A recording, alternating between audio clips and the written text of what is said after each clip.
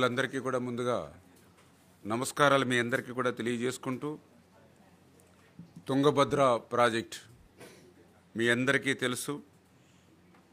కర్ణాటకతో పాటుగా ఆంధ్రప్రదేశ్ రాష్ట్రానికి సంబంధించి ప్రత్యేకించి అత్యంత వెనుకబడినటువంటి అత్యల్ప వర్షపాతం నమోదయ్యేటువంటి అనంతపురం, కర్నూలు, కడప ప్రాంతాలకి అదేవిధంగా తెలంగాణకు వరప్రసాద్ని ఈ యొక్క తుంగభద్ర ప్రాజెక్టు.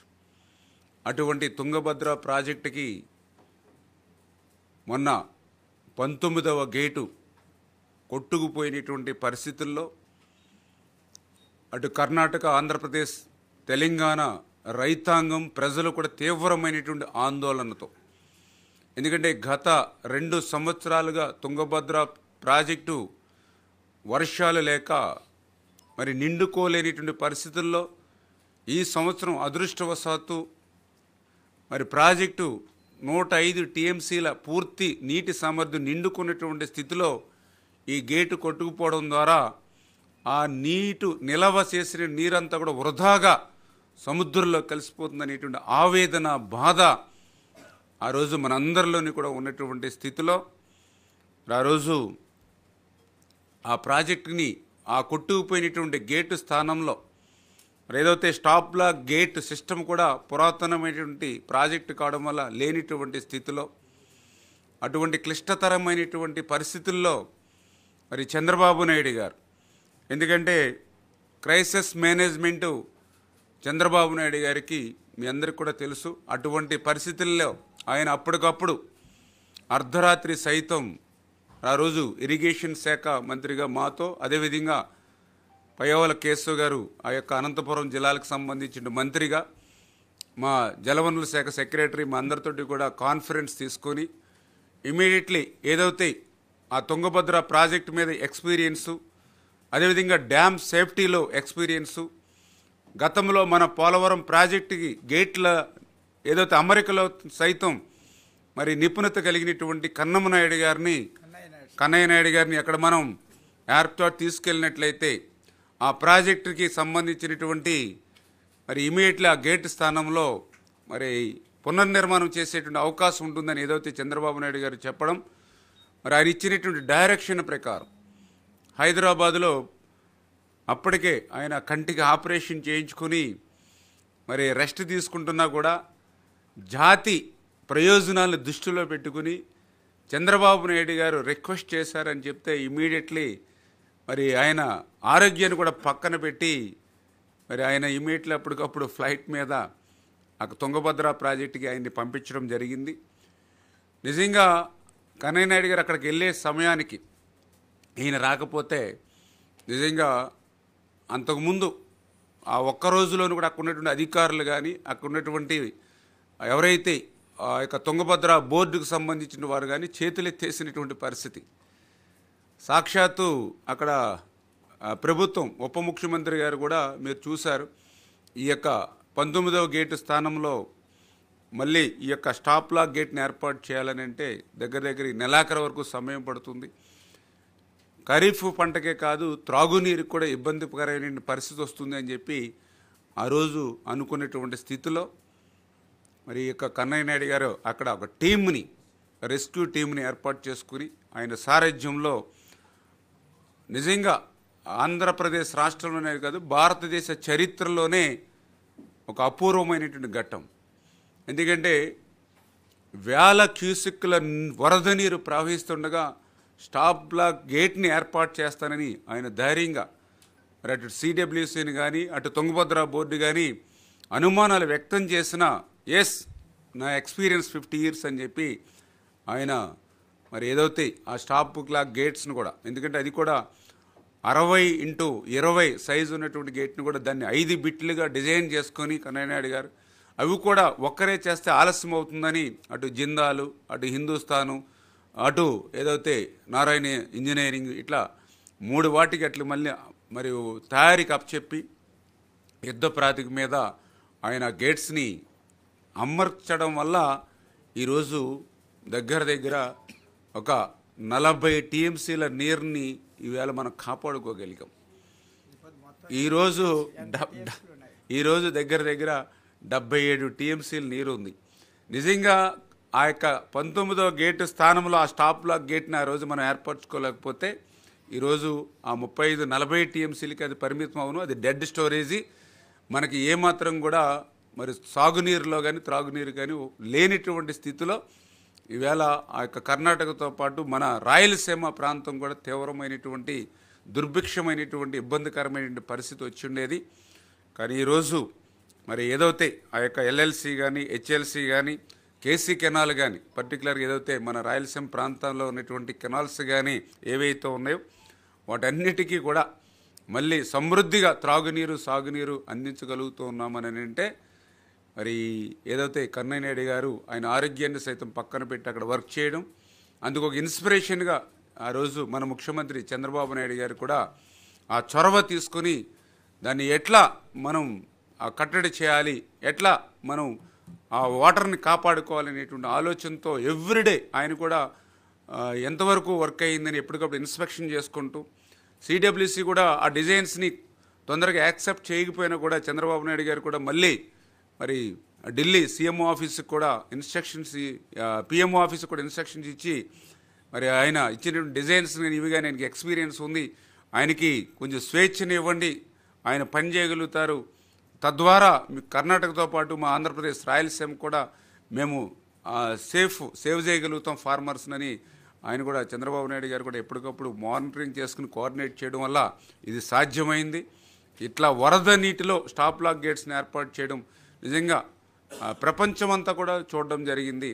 ఆ రకంగా ఒక క్రైసిస్ మేనేజ్మెంట్లో అత్యంత చాకచక్యంగా ఈరోజు కన్నమనాయుడు గారు చేసిన కృషికి ఇవాళ ఆంధ్రప్రదేశ్ రాష్ట్ర ప్రభుత్వం తరపున కూడా ఆయన్ని పిలిచి ఈరోజు ముఖ్యమంత్రి గారు కూడా మరి ఆయన్ని మన రాష్ట్ర రైతాంగం తరపున ప్రత్యేకించి రాయలసీమ ప్రజల తరపున ఆయన్ని ఘనంగా మరి ఆయన కూడా మరి సత్కరించుకోవడం జరిగిందనేటువంటి విషయాన్ని కూడా ఈ సందర్భంగా మరి తెలియజేసుకుంటూ మరి కన్నమనాయుడు గారిని కూడా మన ఉద్దేశించి మాట్లాడాలని కోరుతున్నాను.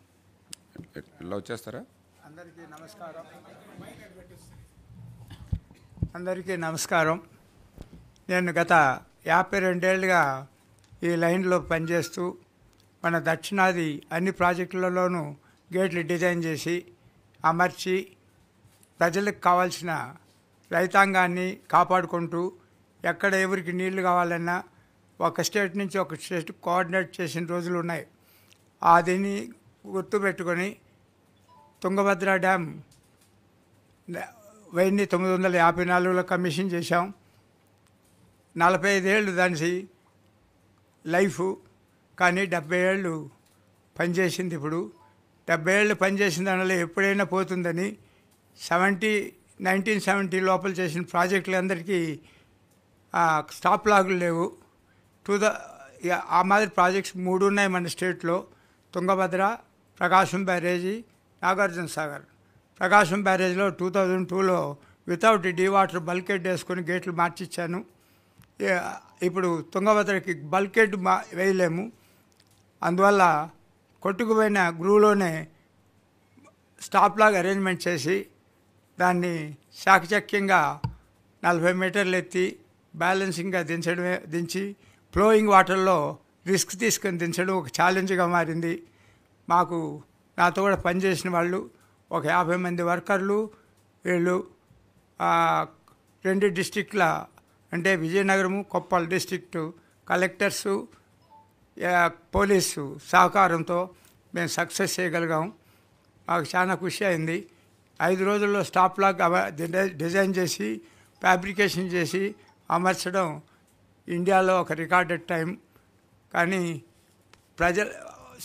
ఒక 11వ తేదీ తెల్లారితో ఈ నీళ్ళంతా వదిలేసి ఇప్పుడు 26 లక్షల ఖరీఫ్ పంట వేశారు. అది ఎండిపోతుందని రైతుల కళ్ళల్లో నీళ్లు చూసాం. మళ్ళీ అదే మేము స్టాప్ లాగ్లు వేసి ఖరీఫ్కి ప్రాబ్లం లేదు, ఇంకా వాళ్ళ 2వ పంటకు కూడా నీళ్ళు ఇచ్చేదానికి ప్రయత్నిస్తామని మేము చెప్పినప్పుడు మరి మొన్న సాటర్డేలో అందరూ మిఠాయిలు పంచుకున్నారు మన రైతులు. అది చూసి నాకు సంతోషమైంది. నా జన్మం తరించింది అనుకున్నాను. సో నాకు ఎక్కువ మాటలు రావండి, పనులు మాత్రం చేస్తాం. శ్రీశైలం తెగిపోతుందని డిక్లేర్ చేసినప్పుడు వాలంటీర్గా వచ్చి రివర్స్ చేసి సేవ్ చేశాను. ఎన్నెన్నో పెద్ద పెద్ద పనులు చేశాను, కానీ ఉన్నప్పుడు ఎవరూ రికగ్నైజ్ చేయలే. ఆయన చేసినాడని కూడా చెప్పుకోలేదు. నా సొంతంగా చేసి సొంతంగా పోయినాను. కానీ ఇప్పుడు మాత్రం ప్రజల ఆ మనోభావాలతో వాళ్ళు భయంకరంగా అడ్వర్టైజ్ చేసుకొని నా పేరును కూడా నలుమూలలో చెప్పారనమాట. ఇందులో ఏమంటే అక్కడుండే అథారిటీస్, సెక్రటరీసు, చీఫ్ ఇంజనీర్సు కాదనుకొని నిర్ణయం అప్పుడు నేను సిడబ్ల్యూసి చైర్మన్ గారికి, తుంగభద్ర బోర్డు చైర్మన్ గారికి నేను ఛాలెంజ్ తీసుకొని చేస్తానన్నప్పుడు వాళ్ళు ఆ కమిటీని వేసి, committee has to work under guidelines of Kannayya Naidu అని ఇచ్చిన దానివల్ల పగ్గాలు నా చేతికి వచ్చాయి. దానికి నేషనల్ సేఫ్టీ ఏమేమి తీసుకోవాలో ఆ ప్రికాషన్ చేసి 144 సెక్షన్ డ్యామ్ మీద పెట్టి సేఫ్టీగా మేము సక్సెస్ చేయగలిగాం. మీడియాకు కూడా ఎదురుగా ఒక తోటలో ఒక టెంట్ వేయించి అక్కడి నుంచి తీశారు. నేను ఇప్పుడు మీడియా డెవలప్మెంట్ గురించి చాలా వండర్ అయ్యాను. మేము ఇన్స్ట్రక్షన్ ఇచ్చింది కూడా వర్కర్సు మీడియాలో వచ్చింది. వాళ్ళు ఎట్ట తీశారో నాకు తెలియదు. మాకు వాళ్ళకి 1 కిలోమీటర్ డిస్టెన్స్ ఉంది. అదే అర్థం కాలే నాకు. కానీ ఏం కానీ అందరి ఆశీర్వాదాలతో మేము బయటపడ్డాం. కానీ మాకు ఈ పనులు చేసేటప్పుడు లైఫ్ మీద ఆసక్తి ఉండదు. సక్సెస్ అయితే లైఫ్, లేదంటే భగవంతుడి దగ్గరికి పోతామనే ఏంతోనే చేస్తాం. కానీ మీ అందరి సహకారం, మీ అందరి ప్రేయర్స్ వల్ల దాన్ని సక్సెస్ చేసాం. ఇంతవరకు ఏ డ్యామ్ను పోకుండా కాపాడాం. ఇంకా అదే సార్ని అడుగుతున్నా, మెయింటెనెన్స్ బాగా చేసి ఇంకా 10 కాలాల పాటు అందరికీ ఫుడ్ సఫిషియెంట్గా ఫుడ్ దొరికేట్టు, తాగేదానికి నీళ్ళు ఉండేట్టు డెవలప్మెంట్ చేసేట్టు చేయమని ఇప్పుడే మన సీఎం గారికి, మిగతా మన మంత్రివర్యులకి విన్నవించుకొని వచ్చాను. దానికి కావాల్సిన ప్లానింగ్ యాక్షన్ కూడా తీసుకుంటామన్నారు. సో దీంతో నేను ముగిస్తున్నాను. మీకు ఎప్పుడు నేను ఆంధ్రాలో పుట్టి ఆంధ్రాకి చేయకుండా ఇంక వేరే వాళ్ళకి చేయను కాదు కాబట్టి, సో నేను తప్పకుండా నా లాస్ట్ శ్వాస వరకు ఏ ప్రాబ్లం వచ్చినా కానీ మీకు సపోర్ట్ చేస్తానని మాటిస్తున్నా sir. Thank you very much. ఇప్పుడే ముఖ్యమంత్రి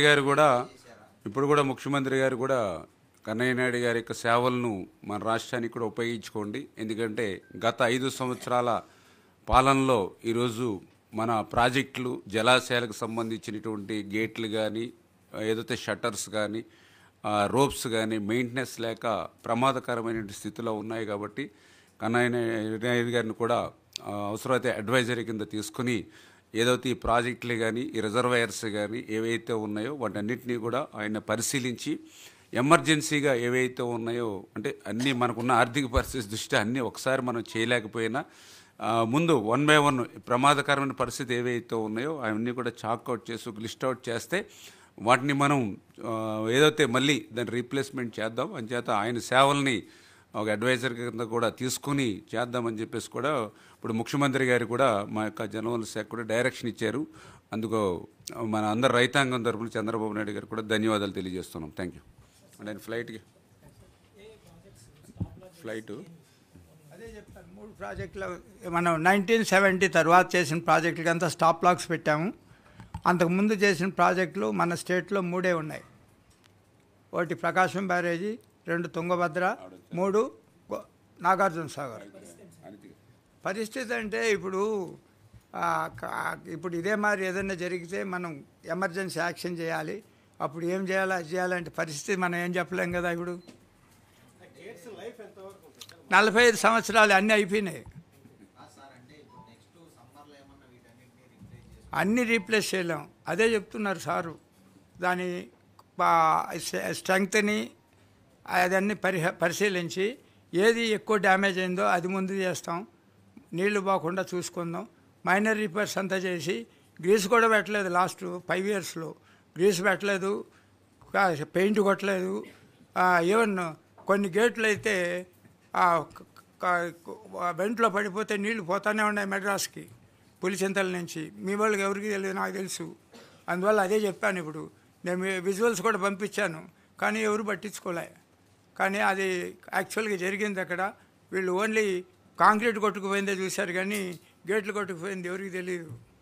అది కొన్ని ఉన్నాయి, అవన్నీ మేము ఐడెంటిఫై చేసి మీకు తప్పకుండా హెల్ప్ చేస్తాను. నాకు ఫ్లైట్కి టైం అవుతుంది కాబట్టి నాకు సెలవు ఇప్పించండి. Okay, thank you very much. Okay అండి, ఓకే, థ్యాంక్ యూ అండి. వీడియో కూడా బాగా సపోర్ట్ చేశారు. 77 ఇయర్స్లో కాన్స్టెంట్గా 5 days విత్ స్టాండింగ్లో వచ్చి పనిచేయాలంటే చూడండి బాగుంటుంది. నేను సెంట్రల్ గవర్నమెంట్ అండర్టేకింగ్లో 90లో పనిచేశాను. ఓకే, మేడం గారు ఉంది కదా, లేట్ అయిపోతుంది, నేనే చేస్తాను. వెళ్ళిపోతారు, ఫ్లైట్కి పంపించింది.